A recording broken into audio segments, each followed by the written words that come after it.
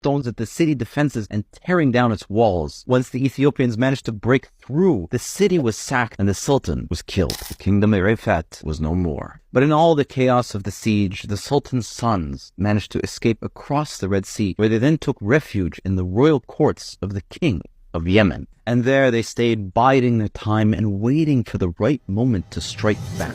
In 1415, Sabr ad-Din III, the oldest of the Sultan's sons, returned to North Somalia with the rest of his brothers. Together they began gathering the Somali tribes under their command and forming alliances and rebuilding the old kingdom under a new name, the Adal Sultanate. In only 12 years, the Somali kingdom had been reborn, but when the Ethiopians heard about this, they sent an army of 20,000 men, hoping to restore their rule in the region. But Sabr ad-Din III and his brothers were well prepared for this. They managed to defeat them in battle. The Somalis were now back and ready for war. And soon they began attacking the Ethiopian empire, killing their